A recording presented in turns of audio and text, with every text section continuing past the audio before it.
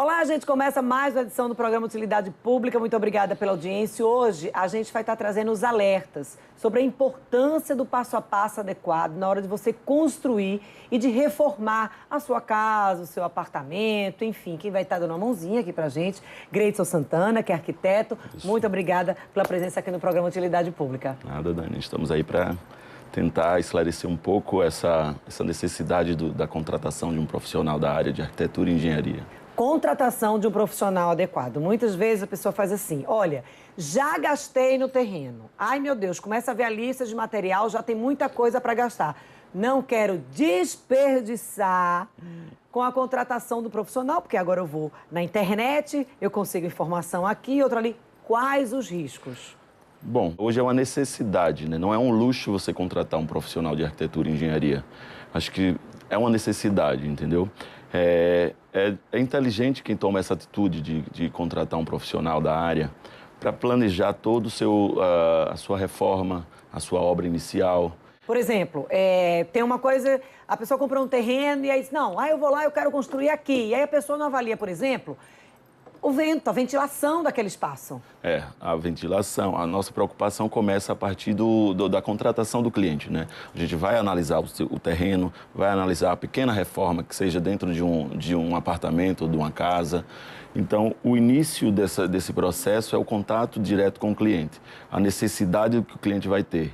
Então, o primeiro passo é contratar um profissional.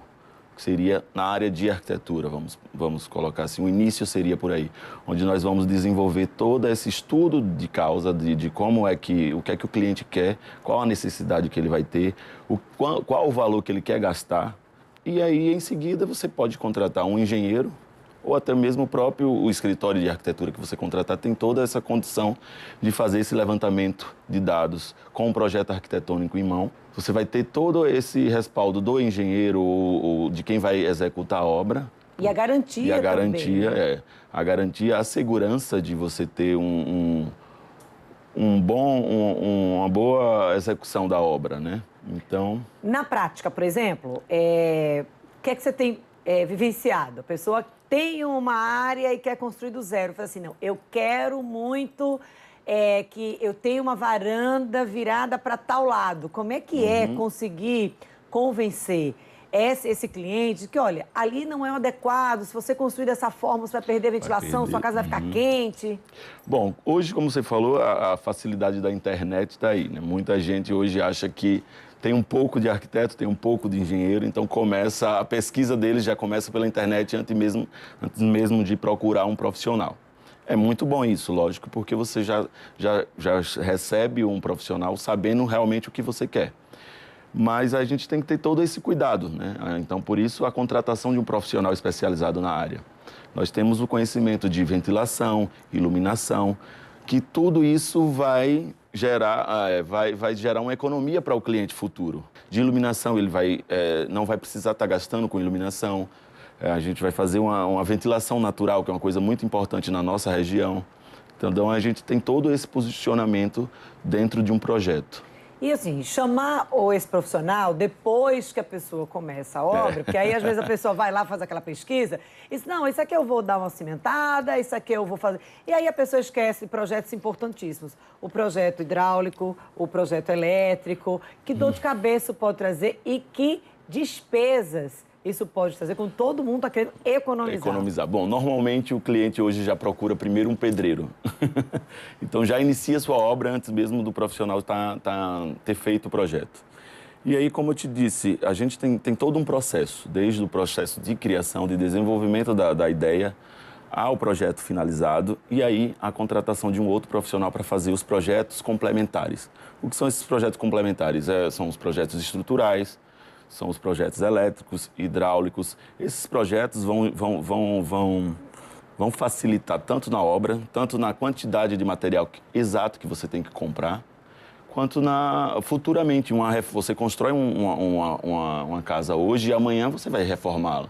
Você quer ampliar. Então, você tem todo aquele projeto arquivado e aquilo ali vai lhe dar umas soluções futuras, né? Outro exemplo mais prático no dia a dia aqui de Aracaju, principalmente nos apartamentos, uma reforma que você quer fazer, derrubar uma parede, trocar um revestimento, assentar um móvel, principalmente esses móveis a gente vai projetos móveis, mas às vezes a gente não sabe o que está no fundo da parede.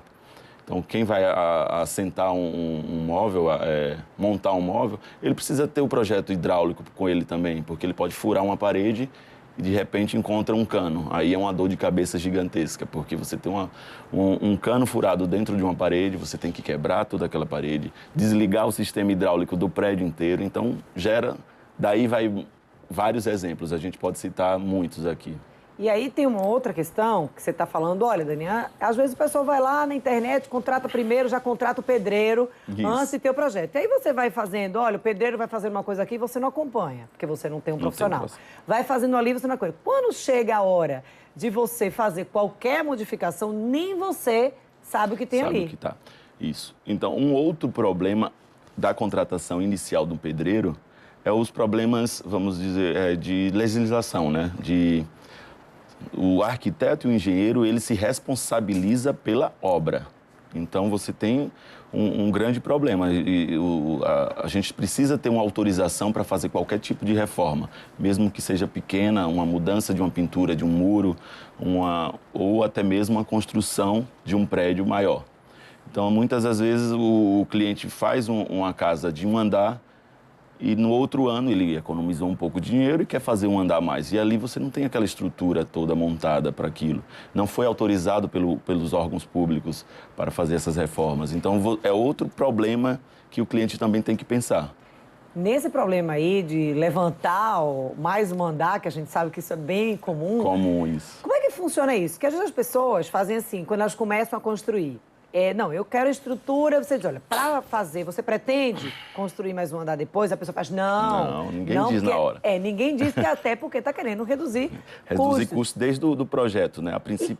Quanto isso pode custar para o cliente, por exemplo, não fazer a preparação, não fazer esse projeto estrutural, já prevendo que um dia ele pode subir mais um andar e ele fazer isso mais adiante? A economia que o cliente quer fazer no início da não contratação de um profissional, tanto da arquitetura como da engenharia, pode gerar vários problemas. Um problema grande é a falta de estrutura para receber um novo andar. Sempre a gente acha que não vai ter o dinheiro suficiente para construir. Mas ele fazendo esse projeto com antecedência, mesmo não querendo, você vai ter uma segurança inicial da obra.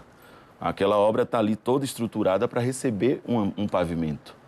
E aí, num futuro que ele resolva fazer essa construção, a obra dele está pronta para receber esse pavimento. Se não estiver estruturada para isso, ou não tiver um projeto para a gente, numa reforma, saber se ela está preparada para receber esse peso em cima, ele vai ter que contratar um profissional de engenharia para fazer todo um estudo, toda uma estrutura. E aí, se não tiver, ele vai ter que quebrar grandes partes das paredes para ter uma fundação correta. Então, aí vai todo o prejuízo e todo o gasto a mais que ele vai ter futuramente. Ou seja, ele não contratou no início, vai ter que contratar depois. Vai ter que contratar depois. Porque senão vai ser o que a gente costuma ver aí na imprensa.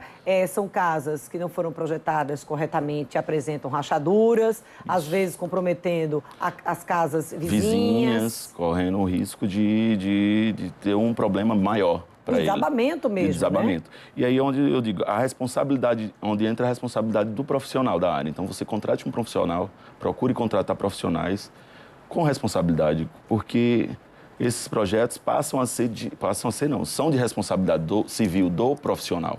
Então, qualquer problema que venha a ter futuro, o profissional estará se responsabilizando. Ele é quem vai responder.